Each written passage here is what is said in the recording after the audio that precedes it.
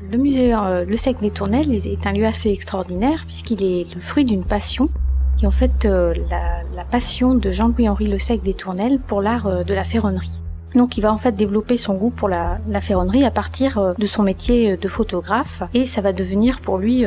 une passion qui va lui prendre tout son temps et une bonne partie de son argent. Donc il va, à partir de 1862 jusqu'en 1882, pendant 20 ans, chercher de façon inlassable à enrichir sa collection avec des pièces toutes d'extrême qualité. C'est ça aussi la chance du musée, c'est d'avoir ces pièces qui sont toutes exceptionnelles. Alors, Jean-Louis-Henri a un fils, Henri-Jean, et donc Henri-Jean va hériter non seulement de la collection de son père, mais également de l'amour et de l'enthousiasme de son père pour l'art de la ferronnerie. Et donc, il va prendre le relais en 1882, à la mort de son père, pour continuer à enrichir la collection et à la valoriser. Donc, le musée Le Sec des Tournelles est aujourd'hui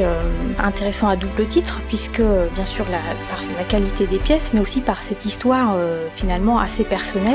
qui a lié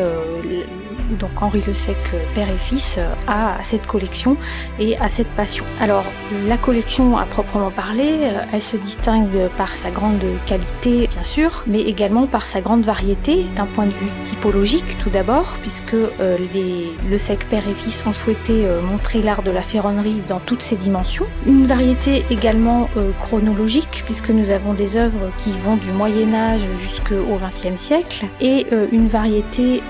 géographique,